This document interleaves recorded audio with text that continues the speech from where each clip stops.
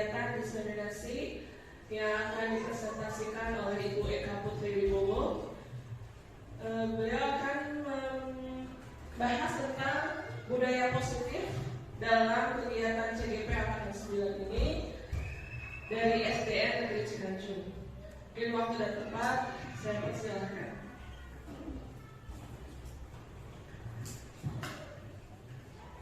Baik, Assalamualaikum warahmatullahi wabarakatuh. Sebelumnya, di sini saya mengucapkan terima kasih kepada Bapak Ibu yang sudah menyempatkan waktunya untuk mengikuti acara tentang diseminasi budaya positif. Di sini saya diberikan tugas untuk menyampaikan kembali mengenai modul yang sudah saya dapatkan di guru penggerak ini. Nah, yang akan saya sampaikan pada saat ini itu mengenai budaya positif yang ada di lingkungan sekolah kita. Langsung kita mulai ya, Bapak Ibu.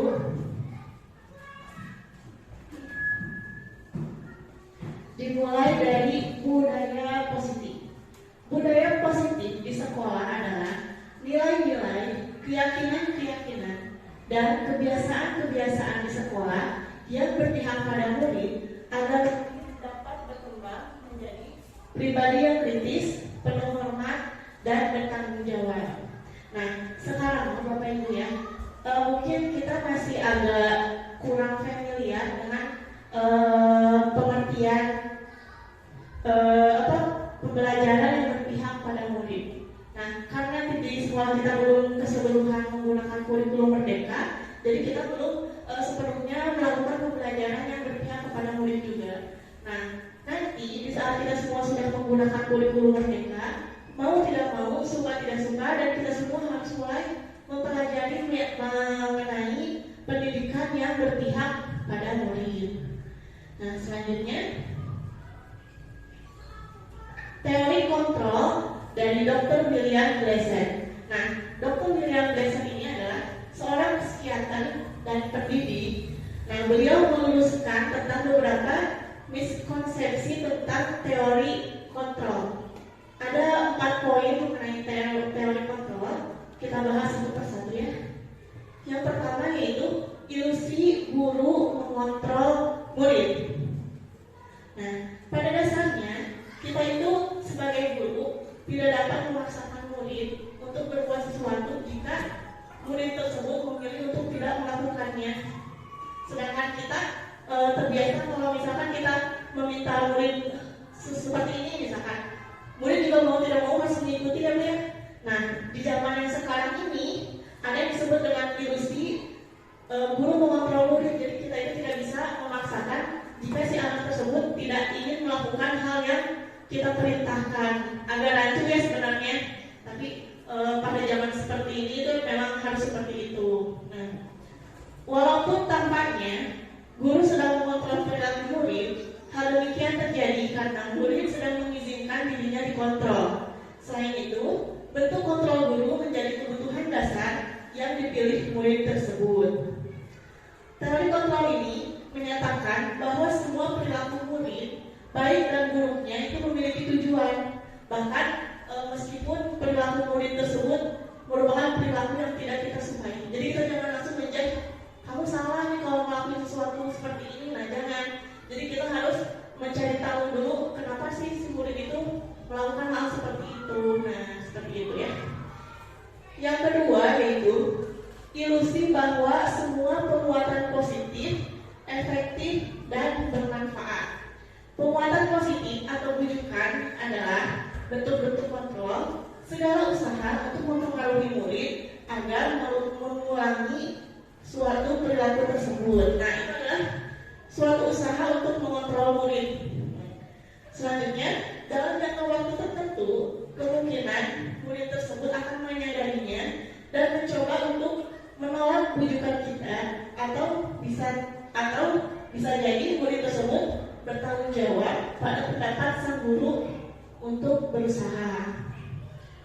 Yang ketiga yaitu ilusi bahwa kritik dan membuat orang merasa bersalah dapat menguatkan karakter. Maksudnya yaitu menggunakan kritik dan rasa bersalah untuk mengontrol murid itu menuju pada identitas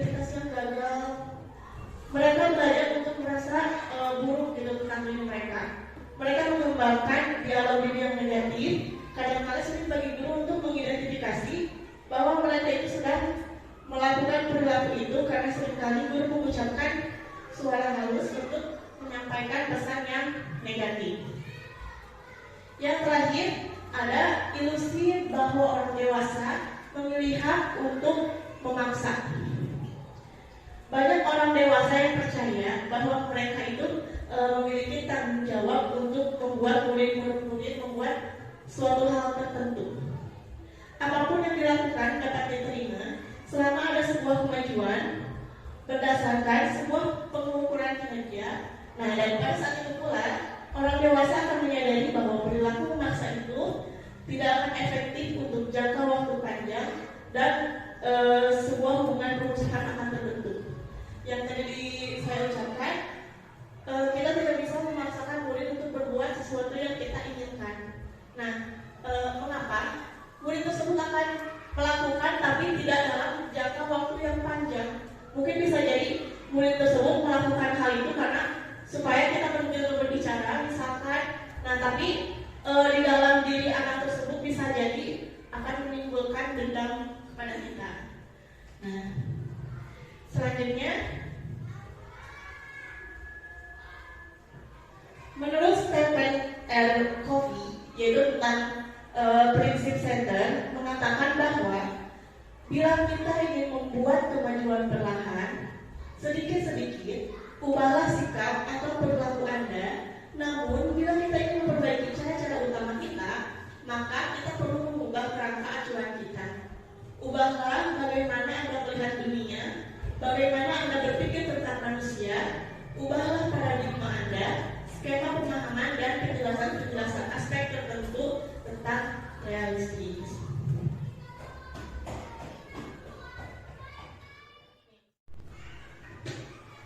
Selanjutnya kita masuk ke disiplin, yaitu yang pertama mengenai makna kata disiplin. Menurut Bapak Pendidikan kita, yaitu Bapak Ki Hajar Dewantara, menyatakan bahwa di mana ada kemerdekaan, di situ harus ada disiplin yang kuat. Sungguh pun disiplin itu bersifat self-disiplin, yaitu kita sendiri yang mewajibkan kita dengan sekeras-kerasnya, tetapi itu sama saja.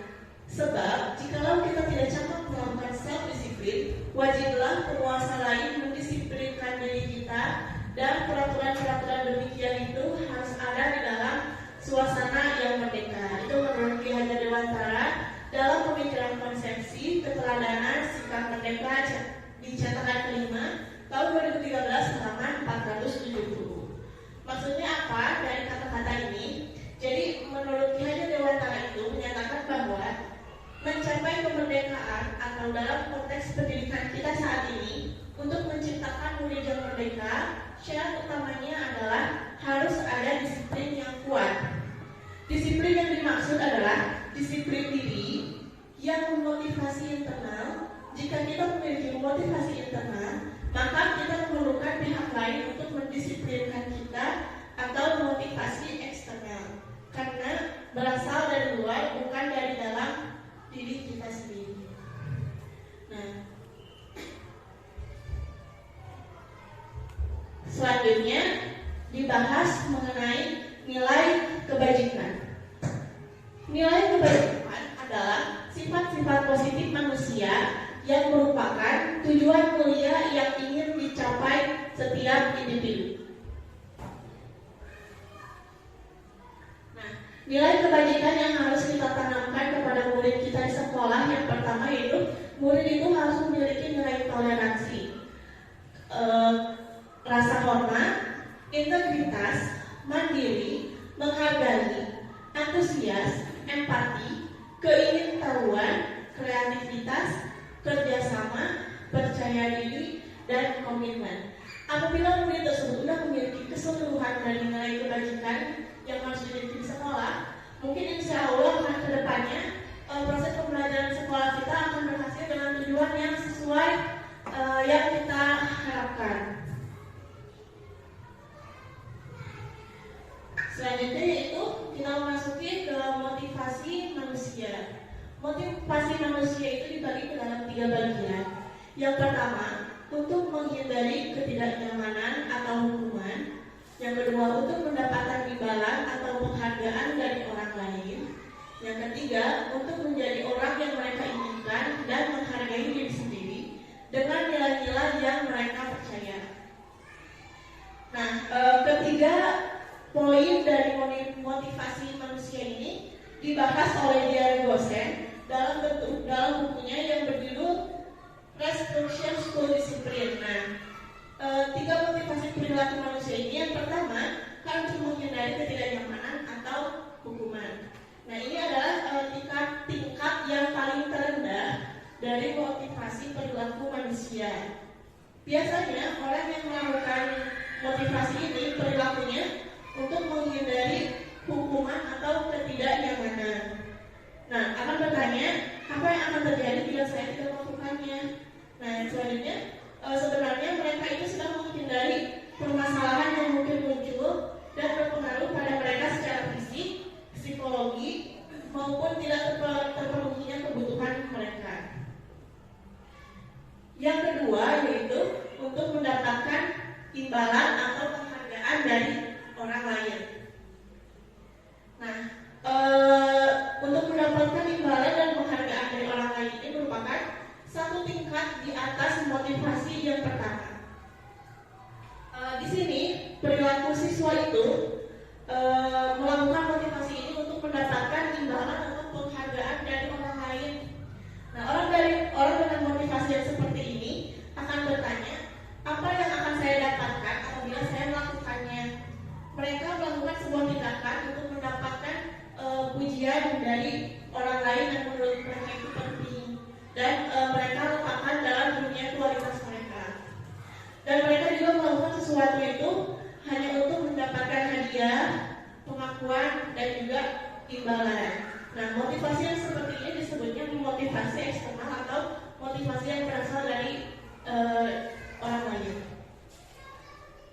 Yang ketiga yaitu untuk menjadi orang yang mereka inginkan dan menghargai diri sendiri dengan nilai-nilai yang mereka percaya. Dalam tingkatan motivasi ini, orang akan bertanya, akan menjadi orang seperti apa apabila saya melakukannya. Mereka melakukan sesuatu karena nilai-nilai yang mereka yakini dan hargai, dan mereka melakukannya karena mereka ingin menjadi orang yang dihargai. Dan mereka melakukan motivasi ini akan membuat seseorang memiliki disiplin positif karena motivasinya terbentuk bersifat internal, bukan. Selanjutnya yaitu tujuan dari disiplin positif yang tadi adalah menanamkan motivasi yang ketiga pada murid-murid kita, yaitu perlu untuk menjadi orang yang mereka inginkan dan menghargai diri sendiri dengan nilai-nilai yang mereka percaya. Ketika murid-murid kita memiliki motivasi tersebut, mereka telah memiliki motivasi intrinsik yang berdampak jangka panjang, motivasi yang tidak akan terpengaruh pada adanya hukuman atau hadiah. Mereka akan tetap berperilaku baik dan berlandaskan nilai-nilai kebajikan karena mereka ingin menjadi orang yang menjunjung tinggi nilai-nilai yang mereka hargai.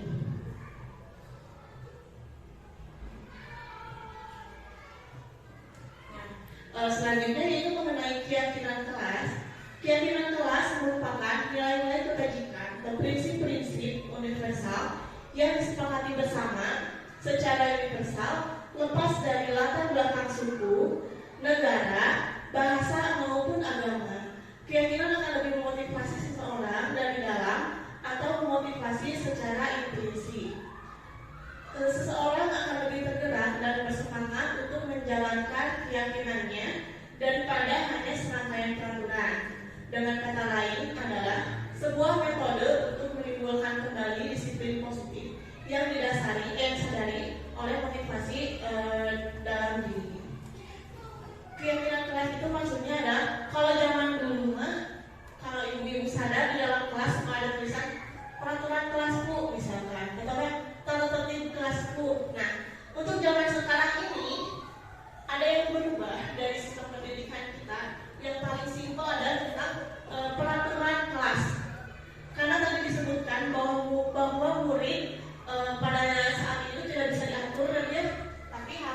dibuat keyakinan. Misalkan, kalau misalkan di kelas kita suka ada tulisan tidak boleh mencontek misalkan, atau tidak boleh makan dan minum di dalam kelas.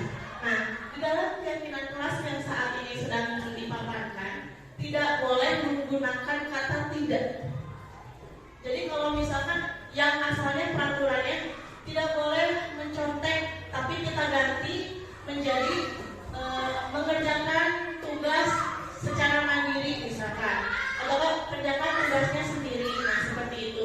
Terus yang kedua, misalkan tidak boleh membuang sampah sembarangan. Karena tidak boleh menggunakan kata tidak, kata-kata tersebut diganti menjadi buanglah sampah pada tempatnya.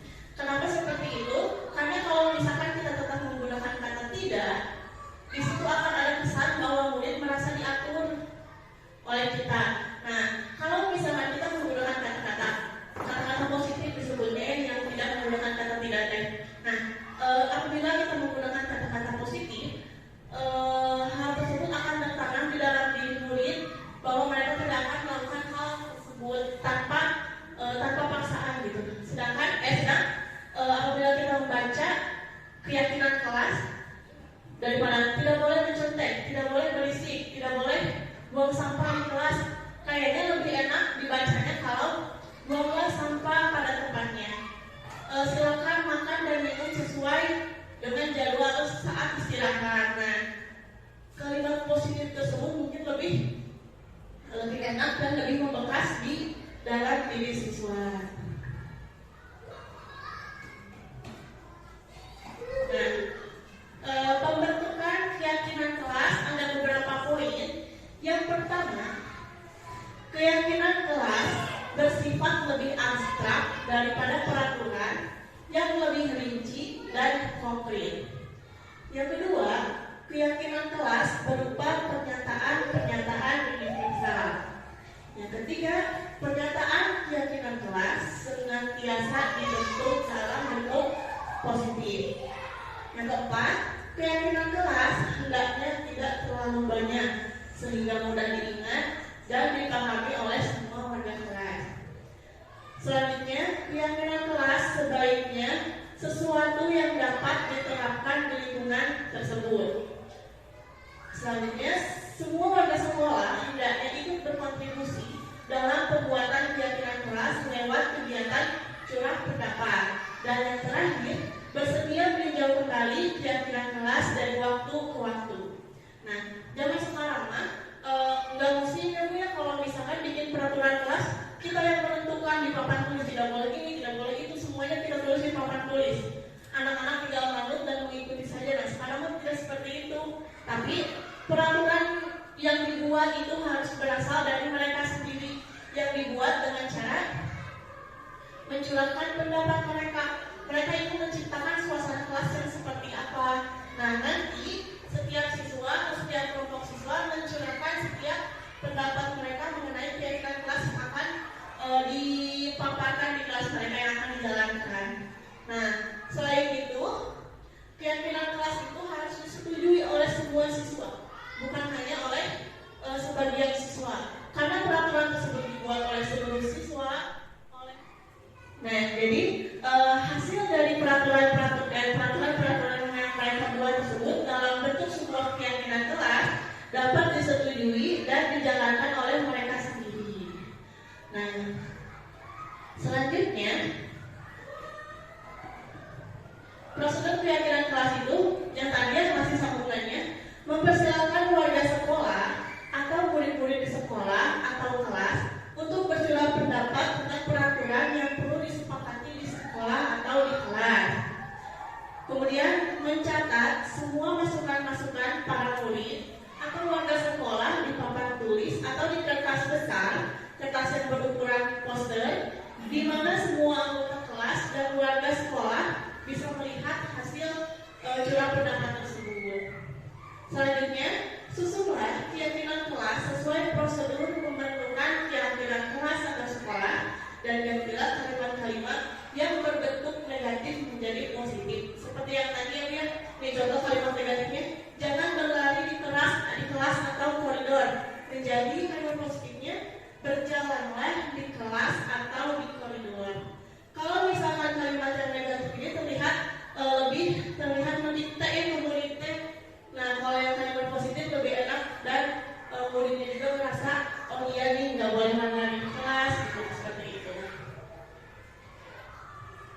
Selanjutnya, tinjau kembali daftar curah pendapat yang sudah dicatat. Anda mungkin akan mendapati bahwa pernyataan yang tertulis di sana masih banyak yang berupa peraturan-peraturan. Selanjutnya, ajak warga sekolah atau murid untuk menemukan nilai-nilai kebajikan atau keyakinan yang dituju dari peraturan tersebut. Selanjutnya, tinjau ulang keyakinan kelas atau sekolah secara bersama-sama. Seharusnya setelah beberapa peraturan telah disatukan menjadi beberapa keyakinan, maka jumlah butir pernyataan keyakinan akan berkurang. Sebaiknya keyakinan sekolah atau kelas tidak terlalu banyak, bisa berkisar antara 3-7 prinsip keyakinan. Bila terlalu banyak, maka warga kelas akan sulit mengingatnya dan akibatnya sulit dijalankan. Benar ya, seperti tahun kemarin, kebetulan di kelas saya sendiri, waktu itu pernah meminta siswa membuat keyakinan kelas sendiri. Nah, sebanyak 34 siswa itu benar membuat 34 keyakinan yang berbeda, sehingga dari 34 keyakinan tersebut tidak mudah diingat oleh siswa. Jadi peraturan-peraturan, keyakinan-keyakinan, kebiasaan pun tetap berjalan seperti itu, sehingga keyakinan kelas yang sudah dibuat itu tidak efektif.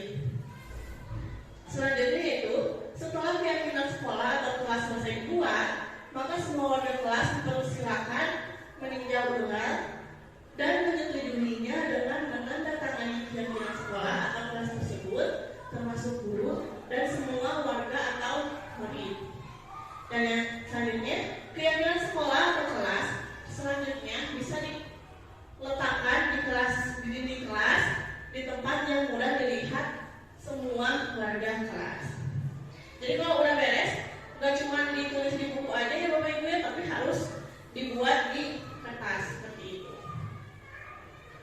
Selanjutnya yaitu tentang kebutuhan dasar manusia. Kebutuhan dasar manusia itu ada 5. Yang pertama, merasa diterima atau love and belonging. Yang kedua, bertahan hidup atau survival. Yang ketiga, kebebasan. Yang keempat, kesenangan. Dan yang kelima, penguasaan. Nah, ini Bapak Ibu, kalau misalkan di kelas kita terdapat siswa yang nakal, kita nggak bisa langsung ngejudge, kamu anak yang nakal, kamu nggak bisa diatur. Nah, tidak bisa seperti itu. Bisa jadi salah satu kebutuhan dasar si anak tersebut tidak terpenuhi. Mungkin saja dia tidak memiliki kesenangan misalkan, sehingga dia bisa melimpahkan kesenangannya tersebut di dalam kelasnya. Selanjutnya mungkin si siswa tersebut tidak merasa diterima di kelasnya, sehingga dia berbuat sesuatu yang tidak kita inginkan di kelas yang bisa mengganggu teman-temannya. Nah, selanjutnya untuk menghadapi siswa-siswa di kelas yang berbagai macam bentuknya, berbagai macam karakter dan sifatnya, guru memiliki 5 posisi kontrol yang harus dikuasai. Yang pertama yaitu posisi penghukum. Yang kedua, pembuat orang merasa bersalah. Yang ketiga, posisi teman. Yang keempat, posisi monitor atau pemantau. Yang kelima adalah posisi manajer. Nah, apabila murid merasa bersalah ya, yang pertama, apabila kita memposisikan diri sebagai penghukum. Seorang penghukum bisa menggunakan hukuman fisik maupun verbal. Orang-orang yang menjalankan posisi penghukum senantiasa mengatakan bahwa sekolah memerlukan sistem atau alat yang dapat lebih menekan murid lebih dalam lagi. Nah, biasanya guru-guru yang memiliki posisi kontrol sebagai penghukum itu biasanya menggunakan kata-kata seperti ini. Patuhi aturan saya, kalau tidak kamu tidak naik kelas, misalkan seperti itu. Atau kamu mah salah aja, kamu selalu salah, kenapa selalu mengerjakan soal, kenapa pernah bisa. Nah, itu merupakan salah satu contoh kalimat-kalimat seorang guru penghukum. Nah, kan sekarang mah nggak bisa ya Bu ya Bapak, kalau misalkan kita penghukum, apalagi penghukum selain kata-kata bisa menggunakan fisik, misalkan mencubit, memukul dan sebagainya. Itu merupakan hal-hal yang tidak diinginkan gitu ya. Bahkan sekarang guru apabila melakukan hukuman fisik itu bisa kena hukumannya, semoga kita mah nggak sampai seperti itu. Nah, dari posisi penghukum tersebut, hasilnya yaitu si anak tersebut kemungkinan murid itu merasa marah, merasa dendam dan bersifat agresif. Bisa jadi setelah kita marahi dengan kata-kata yang seperti itu, murid setelah dulu, murid tersebut akan mencoret-coret mejanya atau bukunya, bahkan lebih buruk lagi, sepulang sekolah mungkin dia bisa melakukan hal yang tidak kita inginkan karena rasa dendam yang berkelanjutan, tidak hanya di kelasnya saja. Yang kedua yaitu posisi pembuat merasa bersalah. Pada posisi ini biasanya guru akan bersuara lebih lembut. Nah, pembuat merasa bersalah ini akan menggunakan keheningan yang membuat orang lain merasa tidak nyaman, bersalah atau rendah diri. Nah, biasanya kata-kata yang kita ucapkan apabila kita sebagai posisi pembuat merasa bersalah itu adalah, ibu sangat kecewa sekali dengan kamu. Berapa kali ibu harus ingetin kamu ya supaya kamu tidak berbuat seperti ini lagi. Terus gimana coba kalau misalkan orang tua kamu tahu apabila kamu di sekolah berbuat seperti ini. Nah, dalam posisi ini membuat murid tersebut memiliki penilaian yang buruk tentang diri mereka sendiri, membuat mereka merasa tidak dihargai dan telah mengecewakan orang-orang yang berada di sekitarnya dengan kita mengatakan kata-kata yang tadi. Nah, pembuat merasa bersalah itu biasanya menggunakan, guru tersebut menggunakan nada-nada yang halus, lebih halus, memelas, dan bahasa tubuhnya juga terlihat lebih lesu daripada posisi guru yang penghukum tadi. Untuk pembuat merasa bersalah, hasilnya pada murid itu adalah murid akan merasa bersalah telah mengecewakan gurunya, membuat murid akan merasa menjadi orang yang gagal dan tidak sanggup membahagiakan orang lain. Nah, kadang-kala sikap seperti itu lebih berbahaya daripada sikap penghukum, karena emosi tersebut akan tertanam rapat di dalam mereka dan murid tersebut menahan perasaan dan tidak diungkapkan gitu. Tidak seperti murid dengan posisi penghukum. Karena kalau dari posisi penghukum, muridnya bisa aja melawan ya, entah itu dari postur dari gestur tubuhnya atau dari kata-kata. Nah, kalau yang pembuat merasa bersalah, biasanya murid tersebut akan lebih memilih untuk diam. Yang ketiga yaitu posisi kontrol guru sebagai teman. Guru pada posisi ini tidak akan menyakiti murid, namun akan tetap berupaya mengontrol murid melalui persuasi. Nah, posisi teman pada guru biasanya bisa saja negatif maupun positif. Positif di sini berupa hubungan baik yang terjalin antara guru dan juga murid. Posisi guru sebagai teman ini itu menggunakan hubungan baik dan humor untuk memperbaiki seseorang. Nah, biasanya mereka itu akan berkata, ayo bantulah demi bapak ya. Kamu gak kasihan sama ibu, kamu gak kasihan sama bapak. Nah, seperti itu. Nah, apabila kita sudah berkata seperti itu di kelas, berarti kita sudah menggunakan posisi kontrol sebagai teman. Nah, hal negatif dari posisi kontrol sebagai teman adalah bila suatu saat guru tersebut tidak membantu, maka murid tersebut akan kecewa dan mungkin si murid tersebut akan berkata, saya pikir bapak atau ibu itu adalah teman saya. Murid merasa dikecewakan dan tidak mau lagi berusaha. Hal lain yang mungkin timbul adalah murid hanya akan bertindak untuk guru tertentu. Tapi apabila yang memberitahu atau yang menasihatinya guru yang lain, biasanya murid tersebut tidak akan menuruti. Nah, hasilnya dari yang posisi teman itu adalah murid akan merasa senang dan akrab dengan guru, Nah, ini termasuk dampak positif. Hanya saja di sisi negatif, murid menjadi lebih tergantung pada guru tersebut. Bila ada masalah, dia merasa yang bisa dia andalkan hanya guru itu saja, gitu, tidak kepada guru yang lain. Nah, akibat lainnya dari posisi teman ini hanya berbuat sesuatu apabila yang menyuruhnya itu guru tersebut, seperti yang tadi apabila guru yang lain yang menyuruh atau yang meminta menasihati, murid tersebut tidak akan menurutinya. Selanjutnya yaitu yang keempat, posisi kontrol guru sebagai monitor atau pemantau. Memonitor atau pemantau itu maksudnya adalah mengawasi. Pada saat kita mengawasi murid, kita bertanggung jawab atas perilaku orang-orang yang kita awasi. Posisi pemantau berdasarkan pada peraturan-peraturan dan konsekuensi dengan menggunakan sanksi konsekuensi. Kita dapat hubungan pribadi kita dengan murid sebagai seorang yang menjalankan posisi pemantau. Contohnya itu, kata-katanya itu, apa yang udah kamu lakukan? Terus kamu ingat nggak peraturan yang udah kita buat apa? Kamu ingat nggak dengan keyakinan kelas itu kita itu apa? Nah, jadi seorang pemantau itu sangat mengandalkan penghitungan, catatan, data yang dapat digunakan sebagai bukti atas perilaku seseorang.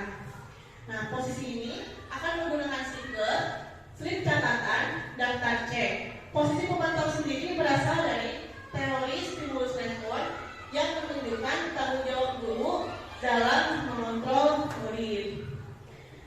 Hasilnya, apabila kita menggunakan posisi kontrol sebagai pemantau, murid memahami konsekuensi yang harus dijalankan karena telah melanggar salah satu peraturan sekolah. Guru tidak menunjukkan suatu emosi yang berlebihan, menjadi marah atau membuat suatu rasa bersalah pada murid. Tapi murid tetap dibuat tidak nyaman, yaitu harus tinggal di kelas pada waktu jam istirahat dan mengerjakan tugas. Guru tetap harus memantau murid pada saat mengerjakan tugas di jam istirahat karena murid tidak bisa ditinggalkan seorang diri. Yang terakhir yaitu posisi kontrol guru sebagai manajer. Posisi sebagai manajer adalah posisi di mana guru berbuat sesuatu bersama murid, mempersilahkan murid mempertanggungjawabkan perilakunya, mendukung murid agar dapat menemukan solusi atas permasalahannya sendiri. Nah, di dalam posisi manajer, murid itu diajak untuk menganalisis kebutuhan dirinya. Di sini penekanannya bukan pada kemampuan, namun dapat berkolaborasi dengan murid bagaimana memperbaiki kesalahan yang ada. Nah, apabila kita menjadi posisi kontrol di poin manajer, kita akan menggunakan kata-kata apa rencana kamu untuk memperbaiki hal ini. Nah, menurut kamu apa yang bisa kamu lakukan untuk memperbaiki kesalahan kamu? Nah, seperti itu. Jadi, tugas seorang manajer itu bukan untuk mengatur perilaku seseorang, tetapi kita membimbing murid untuk dapat mengatur dirinya sendiri. Seorang manajer bukan memisahkan murid dari kelompoknya, tapi mengembalikan murid tersebut ke kelompoknya dengan lebih baik dan lebih kuat. Selanjutnya,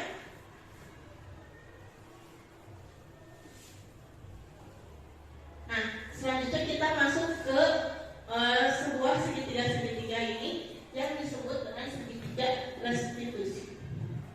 Nih, Diana Gosen dalam bukunya yaitu Restitution School Discipline pada tahun 2001 telah merancang sebuah tahapan untuk memudahkan para guru dan orang tua dalam melakukan proses untuk menyiapkan anaknya untuk melakukan restitusi, bernama segitiga restitusi atau disebut juga restitution triangle. Nah, mungkin bagi kita yang sekali lagi belum sekolah merdeka, segitiga restitusi ini masih terlihat asingnya karena tidak terbiasa menggunakan segitiga restitusi ini.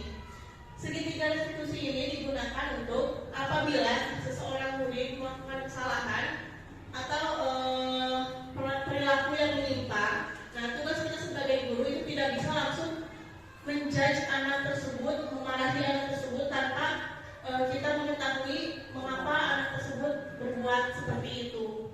Nah, ada 3 tahapan di dalam segitiga institusi.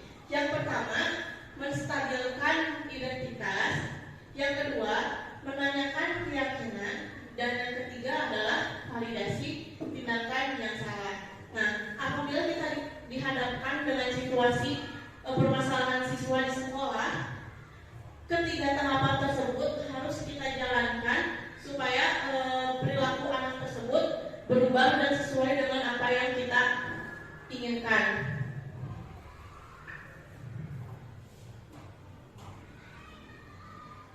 Yang pertama yaitu menstabilkan identitas atau stabilize the identity. Nah, bagian dasar dari segitiga ini itu bertujuan untuk mengubah identitas anak dari orang yang gagal karena melakukan kesalahan menjadi orang yang sukses. Anak yang melanggar peraturan karena sedang mencari perhatian adalah anak yang sedang mengalami kegagalan. Dia mencoba untuk memenuhi kebutuhan dasarnya, namun ada benturan. Nah, apabila kita melakukan kesalahan, sebagai salah satu contoh, misal ada salah satu anak yang marah-marah di kelas karena tugasnya dicontek misalkan. Nah, yang perlu kita tangani pertama itu adalah bukan anak yang menconteknya, tapi anak yang marah-marah karena tugasnya dicontek terlebih dahulu. Nah, kita panggil anak tersebut berpisah dari siswa yang lain karena segitiga restitusi ini tidak bisa dijalankan apabila di depan umum atau di depan siswa yang lain. Tapi hasilnya itu akan lebih baik apabila dilakukan hanya 2 orang saja antara kita sebagai guru dan anak yang bersangkutan. Nah, sebagai contoh yang tadi, misalkan apabila anak yang tadi marah-marah karena tugasnya dicontek, kita ada kata-kata sakti dari segitiga yang pertama yaitu menstabilkan identitas. Kita berbicara bahwa berbuat salah itu tidak apa-apa atau tidak ada manusia yang sempurna. Nah, atau enggak, saya juga pernah melakukan kesalahan seperti itu. Nah, kalau kita menggunakan kalimat-kalimat tersebut akan sangat sulit ya, bahkan hampir tidak mungkin apabila kalau si anak tersebut sedang marah-marahnya, gitu, sedang emosi-emosinya gitu. Nah, jadi kita sebagai guru itu harus mengawasi anak-anak dan apabila anak tersebut sedang marah, kita harus membiarkan dulu selama 30 detik untuk mengubah situasi menjadi lebih kooperatif. Selanjutnya, ketika seseorang merasa sedih dan emosional, mereka tidak bisa mengakses bagian otak yang berfungsi untuk berpikir rasional. Nah, saat itulah ketika kita untuk menstabilkan identitas, untuk memperburuk keadaan, jadi kita sebaiknya membantu anak untuk tenang terlebih dahulu gitu. Jadi jangan pasang emosi. Kita sebagai guru ikutan emosi gitu, marahin anak, jadi jangan. Kita harus lebih stabil dulu daripada anak tersebut. Nah, setelah anak tersebut tenang dan kembali ke suasana hati, di mana proses belajar dan penyelesaian masalah tersebut bisa dilakukan. Di tahap pertama yang tadi adalah menstabilkan identitas. Jadi kita berbicara kepada anak tersebut bahwa marah itu gak apa-apa loh gitu. Kalau kamu mau teriak-teriak misalkan karena kamu merasa kesal, gak apa-apa. Selanjutnya yang kedua adalah validasi tindakan yang salah. Nah, kita mungkin tidak suka kepada seorang anak yang terus-menerus merengek, tapi bila sikap itu mendapat perhatian kita, maka itu telah memenuhi kebutuhan anak tersebut. Kalimat-kalimat di bawah ini mungkin terdengar asing buat guru, namun bila dikatakan dengan nada tanpa menghakimi akan memvalidasi kebutuhan mereka. Kata-kata yang bisa kita gunakan di saat validasi tindakan yang salah adalah, padahal kamu bisa melakukan yang lebih buruk dari ini ya. Yang kedua, kamu pasti punya alasan mengapa melakukan hal itu.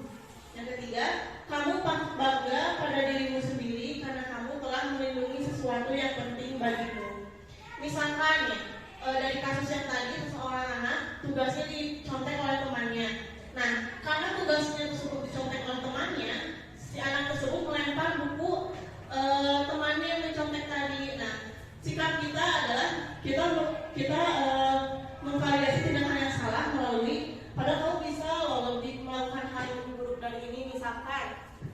memukul teman kamu atau mencubit teman kamu, tapi kamu hanya melakukan melempar bukunya saja. Nah, dari situ kita memvalidasi tindakan tersebut yang salah pada anak itu.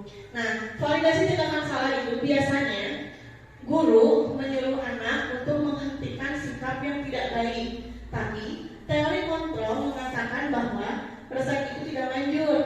Mungkin tindakan guru dengan memvalidasi tindakan yang tidak baik seperti bertentangan dengan peraturan yang ada.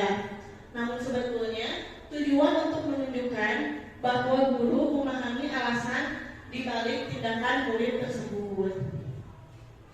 Nah, yang selanjutnya yaitu menanyakan keyakinan atau seek the belief. Teori kontrol menyatakan bahwa kita pada dasarnya termotivasi secara internal.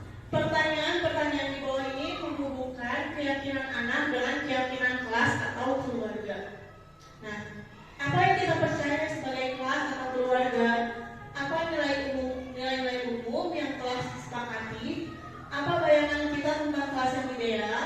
Kamu mau jadi orang yang seperti apa? Nah, kalau dari kasus yang sebelumnya tadi, menanyakan keyakinan kepada anak itu salah satu contohnya adalah misalkan kamu tahu nggak keyakinan kelas apa yang telah kamu langgar? Nah, sebelumnya kan kita sudah membuat keyakinan kelas bersama murid-murid. Nah, tanya keyakinan kelas apa yang sudah dia langgar apabila dia melempar buku temannya, seperti itu. Nah, restitusi ini tidak menyarankan guru bicara ke murid bahwa melanggar aturan adalah sikap yang baik. Tapi dalam restitusi, guru harus memahami alasannya dan paham bahwa setiap orang pasti akan melakukan yang terbaik di waktu tertentu.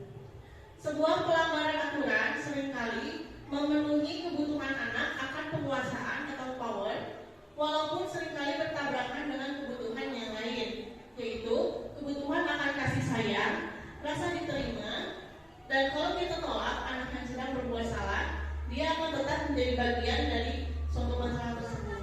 Namun, bila kita memahami alasannya, kenapa si siswa itu melakukan hal tersebut, mungkin dia merasa dipahami oleh kita.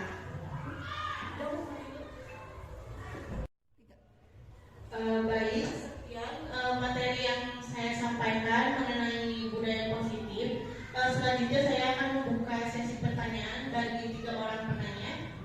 Apakah ada yang mau bertanya? Ada. Silakan kepada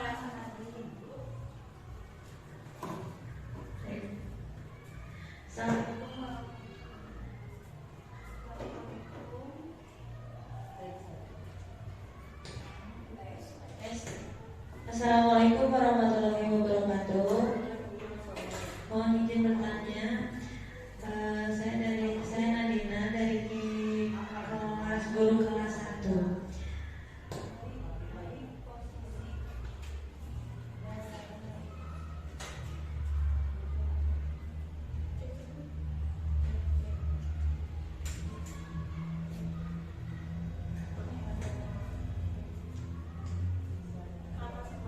Cek.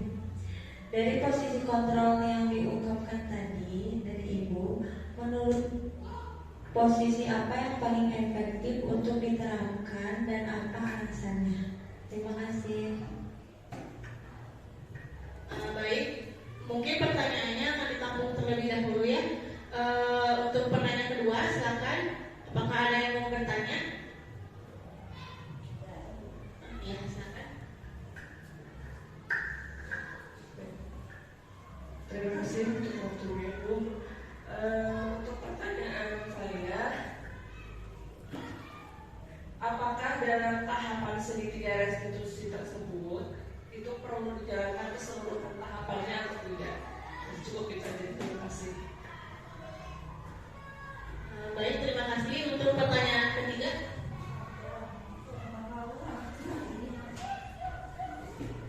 Assalamualaikum warahmatullahi wabarakatuh.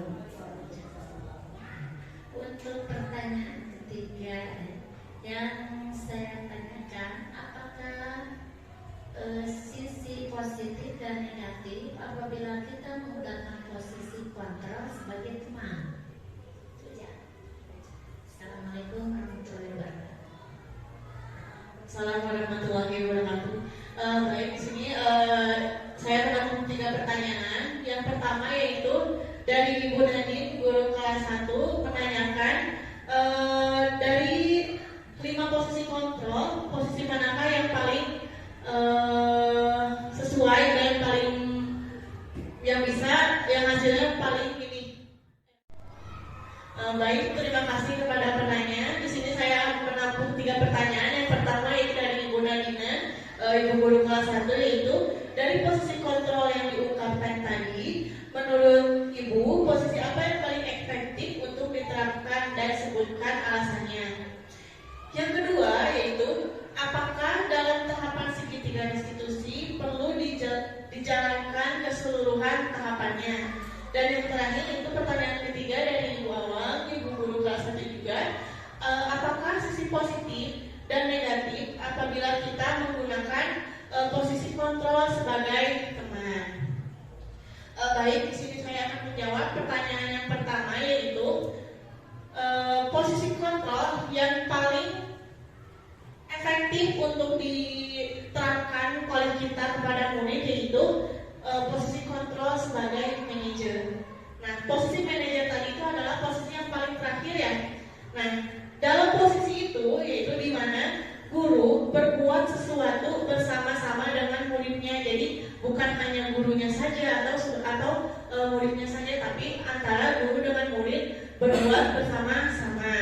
Nah, kemudian guru mempersilahkan murid untuk mempertanggungjawabkan setiap perilakunya, kemudian mendukung murid agar dapat menemukan solusi atas permasalahan yang telah ia buat sendiri. Nah, di posisi manajer ini, murid juga diajak untuk menganalisis kebutuhan dirinya gitu.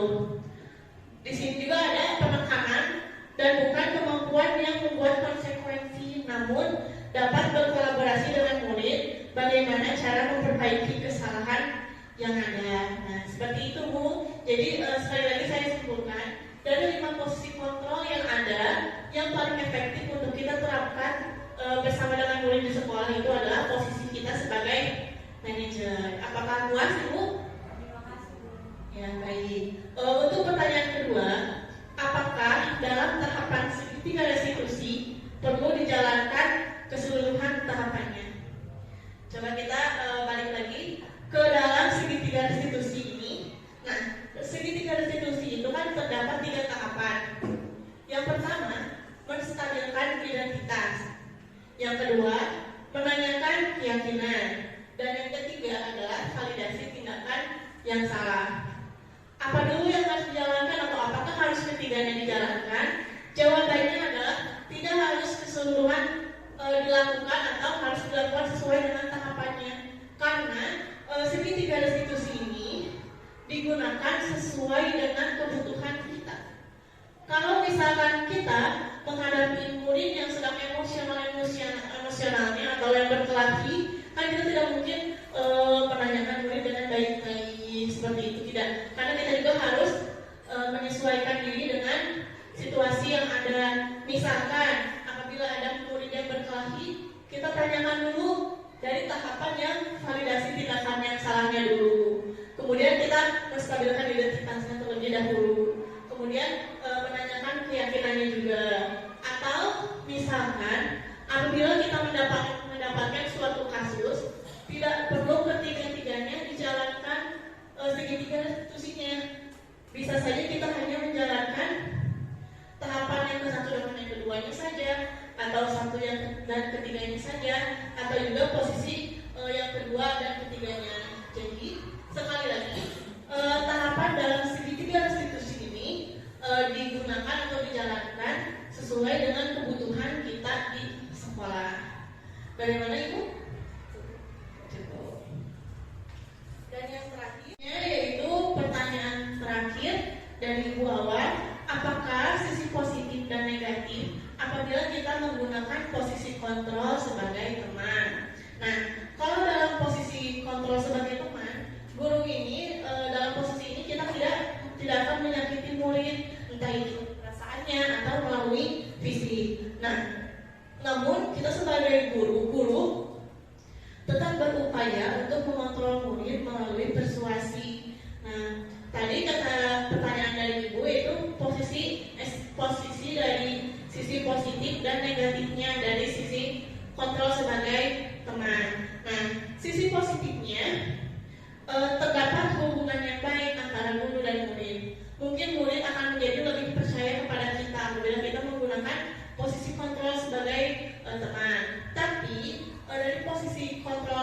teman tersebut juga ada kekurangannya atau sisi positifnya.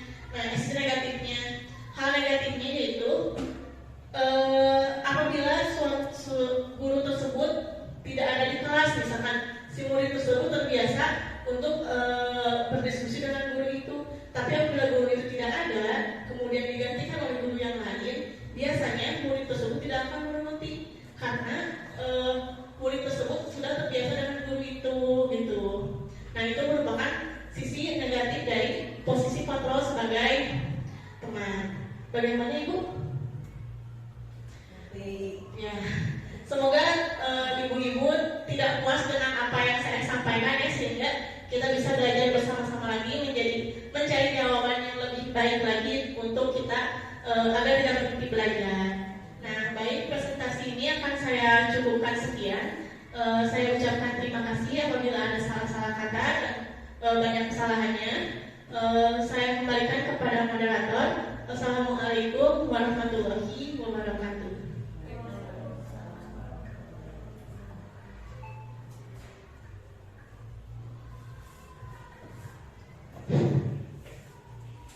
Baik, alhamdulillah alamin, untuk kegiatan diseminasi yang dipaparkan oleh Ibu Eka telah selesai. Mudah-mudahan apa yang beliau sampaikan ilmunya, terutama dalam hal kegiatan diseminasi di CGP Angkatan 9 ini, bisa memberikan ilmu baru buat kita, terutama dalam melaksanakan kurikulum yang baru dengan istilah-istilah yang baru seperti tadi ya, ada tentang fungsi kontrol guru, yang kedua tentang segitiga restitusi. Insyaallah mudah-mudahan tadi sudah dipaparkan dengan cukup baik. Terima kasih bagi yang sudah bertanya juga. Mungkin kita akhirkan saja dengan mengucapkan hamdalah bersama-sama dan membaca Al-Fatihah bersama-sama. Alhamdulillahirabbil alamin. Al-Fatihah.